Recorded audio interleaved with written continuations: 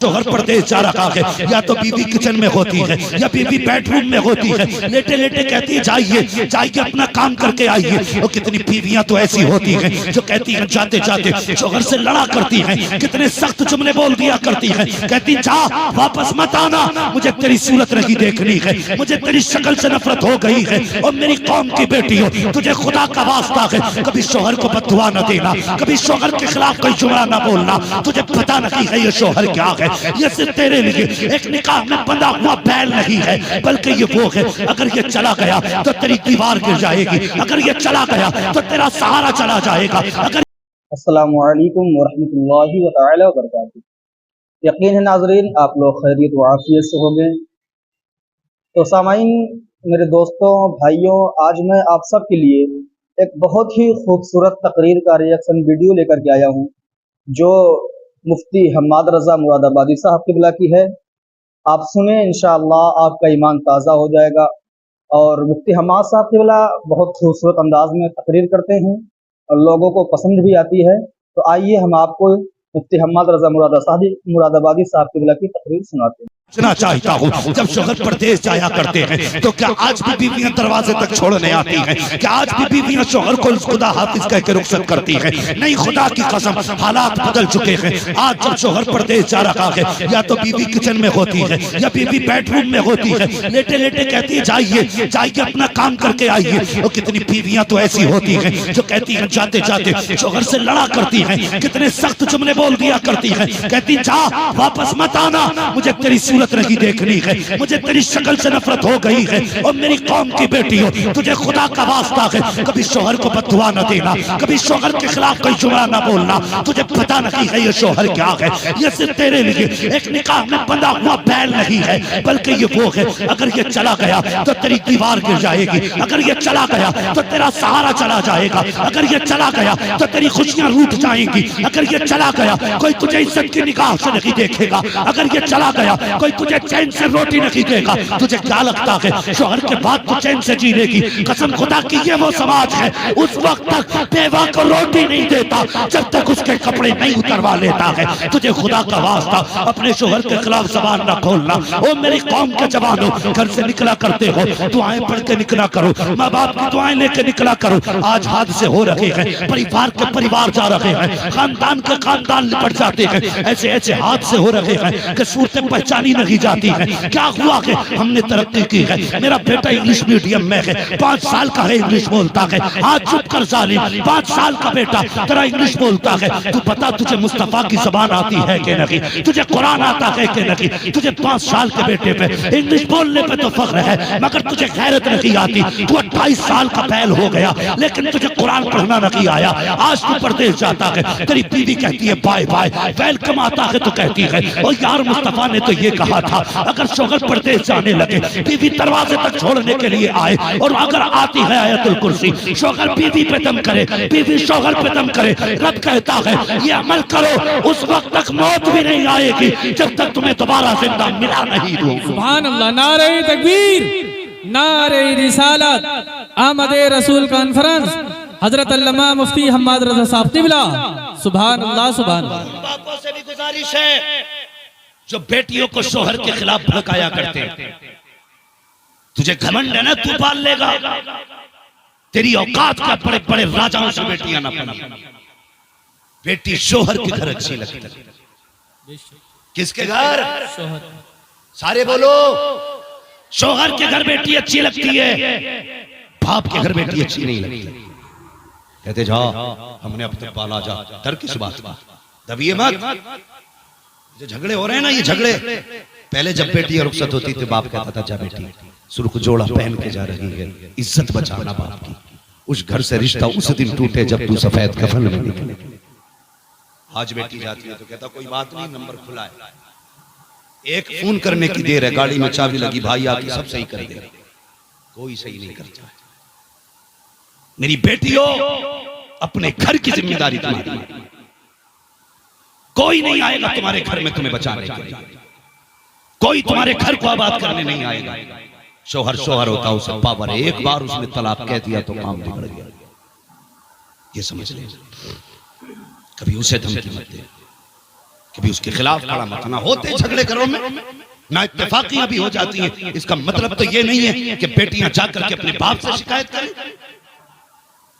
ये मतलब नहीं कि वो जाके अपने शौहर की अपने परिवार में शिकायत करे।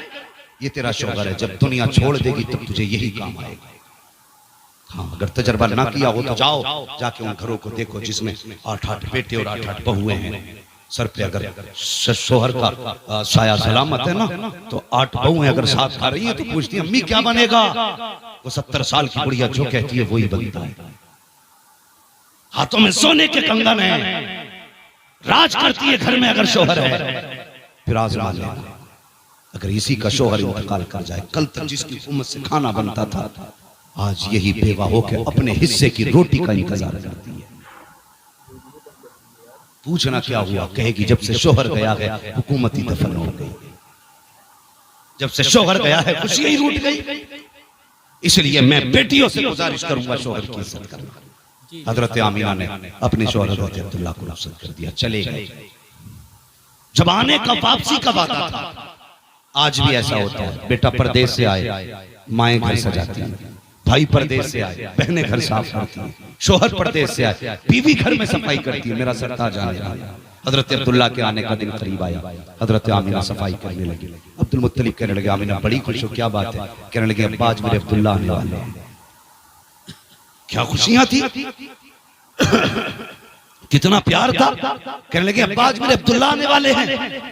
कहने लगे अच्छा बेटी, का जल्दी जल्दी बिस्तर लगाया, खाना तैयार किया। अब्बा जाइए ना, पता करो मेरे अब्दुल्ला अब तक क्यों नहीं आए हैं, शाम होने वाली है, जरा पता तो करो लोगों से कब तक आएंगे अब्दुल्ला। अब्दुल मुत्तलिब काबा शरीफ में आए, इतने में एक शख्स दौड़ता हुआ आया, आके कहने लगा अब्दुल मुत्तलिब कहा क्या, अगर खुदा कोई नेमत ले दे तो क्या करना चाहिए? का शुक्र अदा करना चाहिए। अगर वो अपनी नेमत ले ले तब क्या करना चाहिए? फरमाते कि फिर सब्र करना चाहिए। का सब्र करना, कहा बात क्या है? कि अब्दुल्ला वापस नहीं आने हैं। अल्लाह अकबर। उस बाप से पूछो जिसने जवान बेटों की लाशें उठाई हो, जिसने जवान बेटे के जनाजे उठाए हो। इतना सुनना था अब्दुल्ला नहीं आएंगे। अब्दुल मुत्तलिब ने कमर पकड़ ली, कहा क्या कह रहा है, तेरे मुंह पे खाक हो, जरा सच बता क्या कहा? उसने कहा अब्दुल्ला वापस नहीं आने हैं। कहा क्या हुआ? का रास्ते में इंतकाल हो गया। इतना सुनना था हजरत अब्दुल मुत्तलिब की कमर टूट जाती है। आप बैठ गए, खुद को संभाला, फिर उठ के चले। आमीना का ख्याल आ जाता है, आमीना पूछेंगी तो क्या जवाब दूंगा। ये सोच के चले तो ऐसा लग रहा था जैसे जमीन ने कदम पकड़ लिए हो। आगे बढ़ने की कोशिश करते हैं, पढ़ नहीं पा रहे हैं। अल्लाह